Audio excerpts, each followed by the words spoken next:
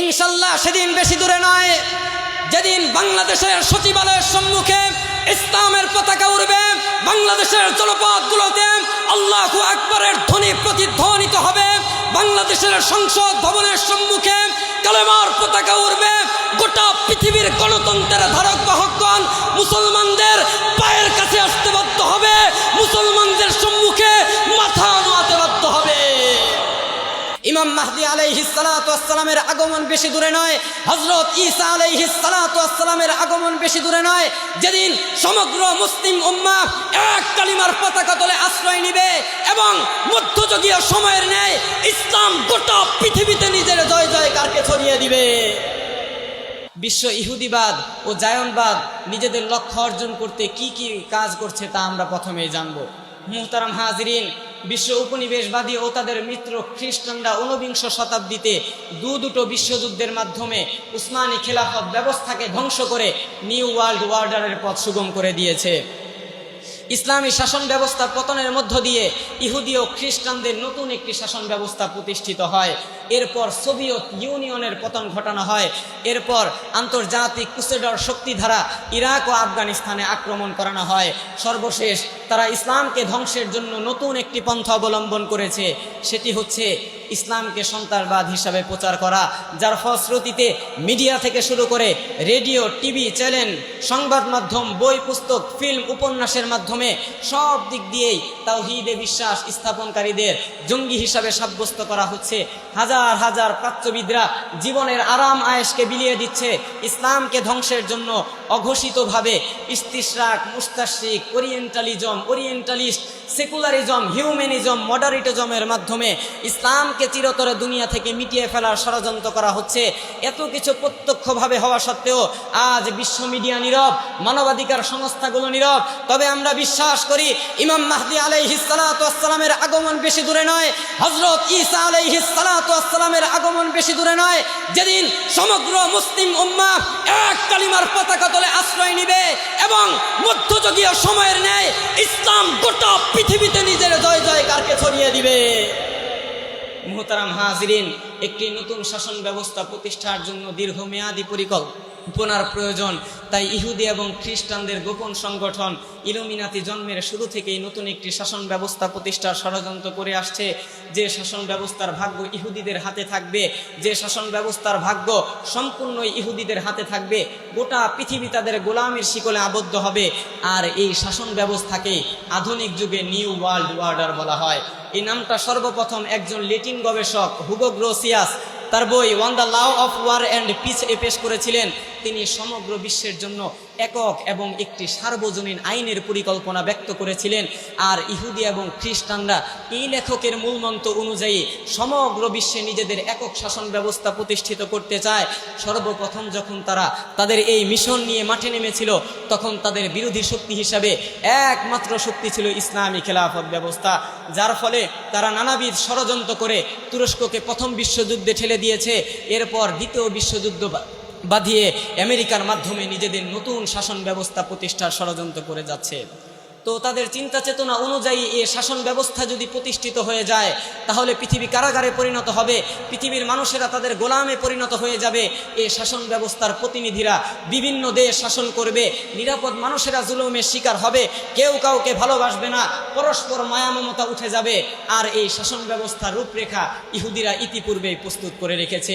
David করলি নামে একজন ব্যক্তি এদের মুখোশ উন্মোচন করবে বলে একটি ফিল্ম তৈরির ঘোষণা দিয়েছিলেন, যে মুভিটার নাম হলো গ্রে স্টেট। এই মুভিটার ট্রেইলার তো বের হয়েছে, কিন্তু মুভিটি মুক্তি দেওয়ার সুযোগ দেওয়া হয়নি, বরং ডেভিড করলি এবং তার পুরো পরিবারকে গুলি করে হত্যা করা হয়েছে। আজও পর্যন্ত খুনিদের চিহ্নিত করা হয়নি, বরং মার্কিন পুলিশ বোর্ড ডেভিড করলির মৃত্যুর বিষয়টাকে নানাভাবে ধামাচাপা দিয়ে মানুষের মুখ বন্ধ করে দিয়েছে। প্রিয় উপস্থিতি, আমি আমার বক্তব্যের শুরুতেই একটি প্রশ্ন আপনাদের সম্মুখে রেখেছিলাম, সেটি হচ্ছে কোনো ষড়যন্ত্র নাকি কোনো ব্যাকটেরিয়া থেকে আবিষ্কার হয়েছে।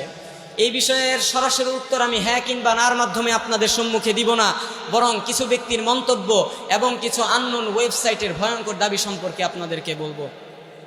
1981 সালে ডিন কুন্টাজের উপন্যাস দ্য এজ অব ডার্কনেস এই বইটাতে একটি বৈশ্বিক মহামারীর কথা উল্লেখ করা হয়েছে, যেখানে করোনা ভাইরাসকে, যেখানে ওই মহামারীটাকে 400 উহান নামে নামকরণ করা হয়েছে।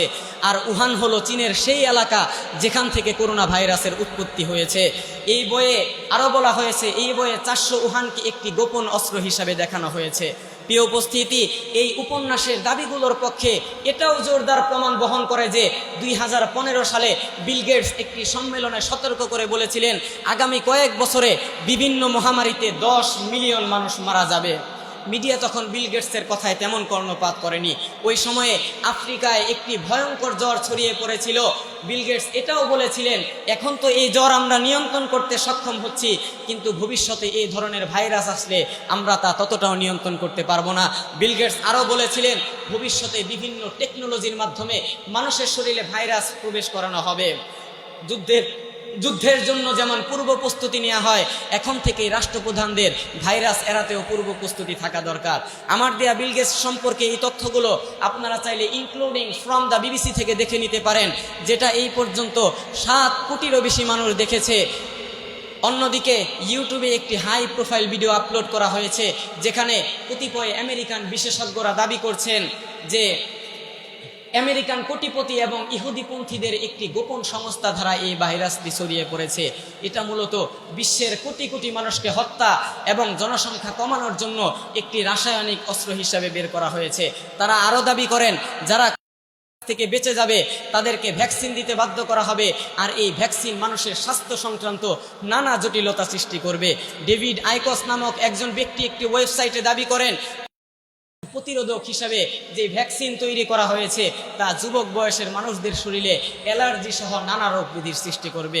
প্রিয় উপস্থিতি, আমার এই পর্যন্ত বক্তব্যের মাধ্যমে এটা আপনারা স্পষ্টই বুঝে ফেলেছেন যে আমাদের সবুজ পৃথিবী প্রতিনিয়ত ধ্বংসের দিকে এগিয়ে যাচ্ছে, আর এর পেছনে রয়েছে কোনো অপশক্তির ষড়যন্ত্র, যেই অপশক্তি পৃথিবীকে প্রতিনিয়ত ধ্বংসের দিকে নিয়ে যাচ্ছে। আর এরা হচ্ছে জায়নবাদী ইহুদি গোষ্ঠী।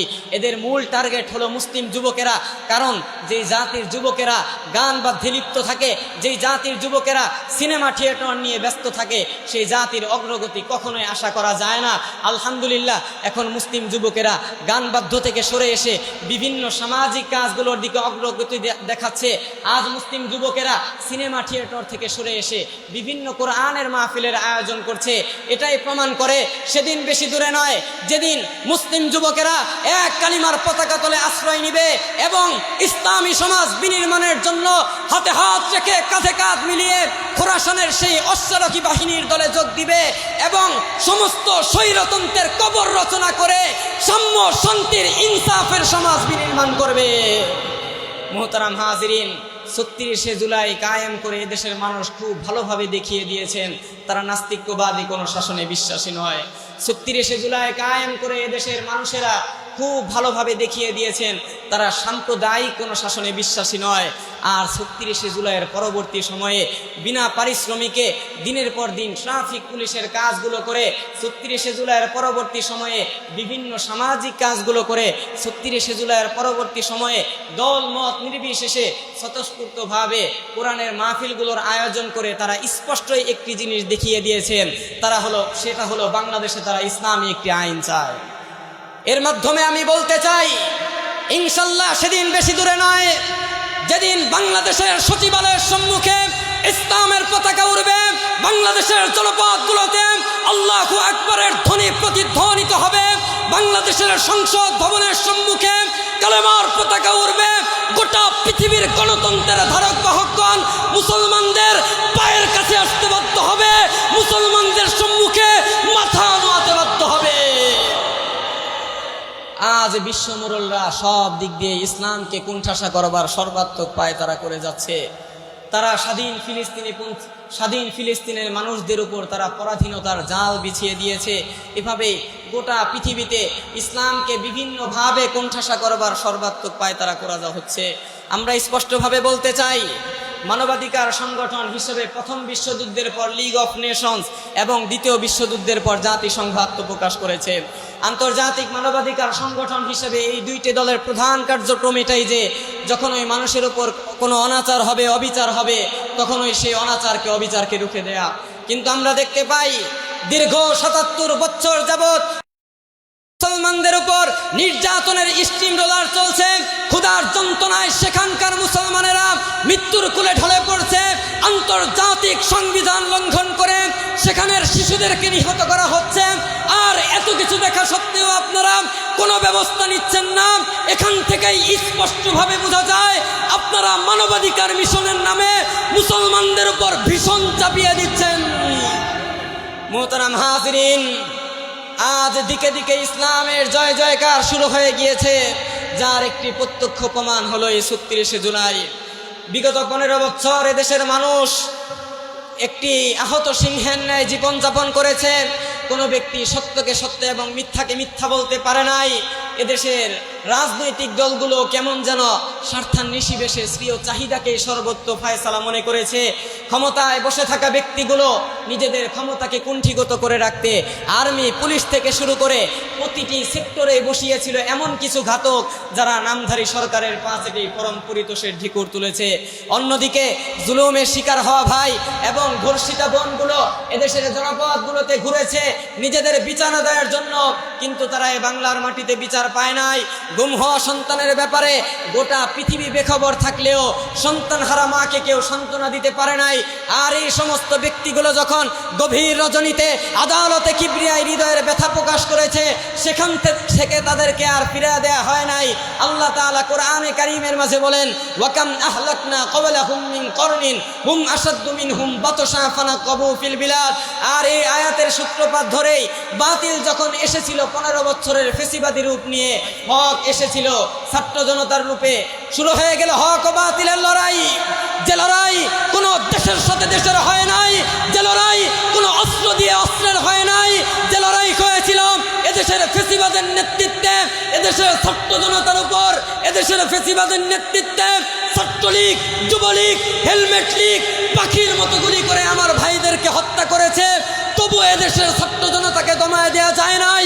৩৬ দিনের আন্দোলনের ব্যবধানে 15 বছরের ফেসিবাদী সরকারকে ৪৫ মিনিটের আলটিমেটামে বিতাড়িত করা হয়েছিল।